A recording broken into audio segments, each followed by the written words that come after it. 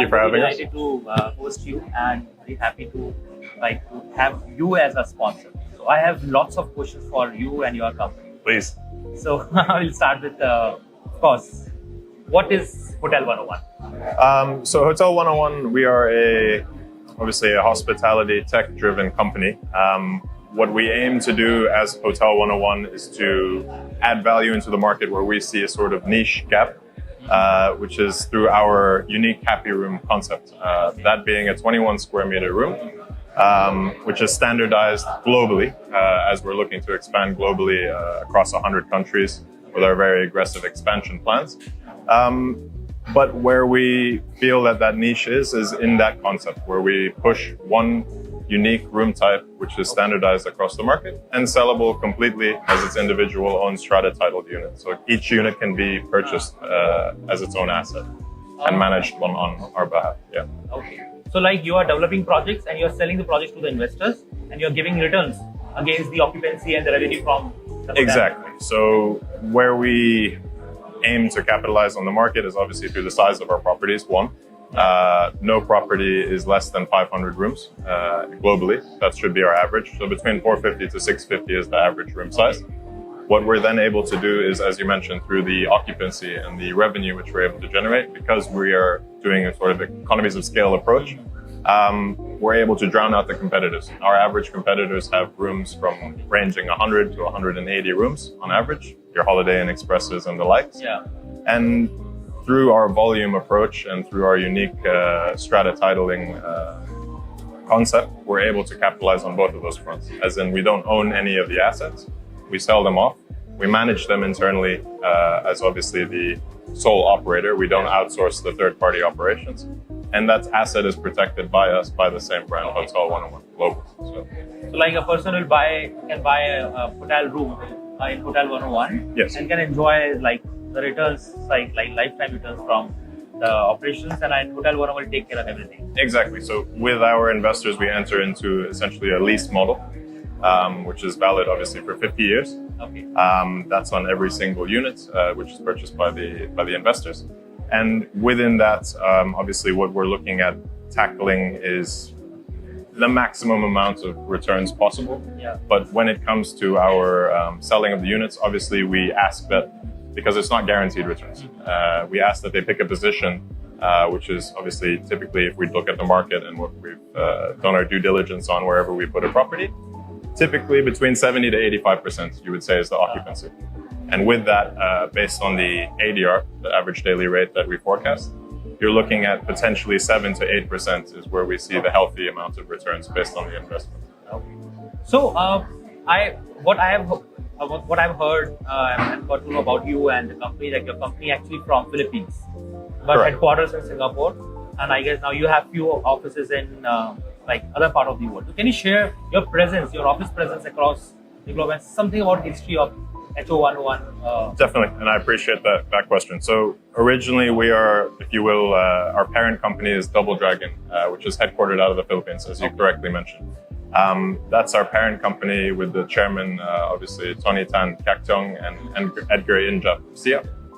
Both of these gentlemen made and amassed their fortunes in the fast food industry. So with that came the brainchild for Hotel101 to bring, as I mentioned, that standardization across to the hospitality market where we saw the niche. They took that concept and created obviously Hotel101 Global, which is the mentioned headquartered in Singapore. Okay. Now, as far as the approach which we're taking in a global sort of, if you will, domination, which we're looking to achieve, we have marketing offices which we put globally as well. So at the moment, we have a marketing office in Niseko, where we have an active project being built under construction. We have a marketing office in Madrid, in Spain, also where we have an active project up for sale as we speak. And myself and the team are opening the office in Dubai, in the UAE. Yeah. As well as other set to open offices in Mexico City. Obviously, we have one hopefully opening soon in London, and obviously in the UK. And as well in Hong Kong, actively we have a marketing office. Those locations, hopefully, fingers crossed, will also expand into active projects. But I cannot disclose too much at this point, of course, until it's pen to paper. No worries. So can you share something about your project portfolios? Like how many projects currently you have? Like how many projects you have delivered? How many projects are in current sales? And what are your future plans? So, in essence, right now, and for myself and the development team headed out of Singapore, we are looking to expand, obviously, quite aggressively in the Middle East, in Africa. Fingers crossed, and we're building relationships thanks to the REMAX event and so on in India. But back to your main point and the question, obviously, I've mentioned the two projects which are currently active and are for sale. One being in the city of Madrid. So that's a 680-room project currently for sale, with the completion coming around the corner in December of 2025. As well as that, an Niseko project, which is located quite ideally at the foothills of the mountain there. So it's more a seasonal-based ski resort type atmosphere. They coin Niseko essentially the Aspen, if you will, of Japan.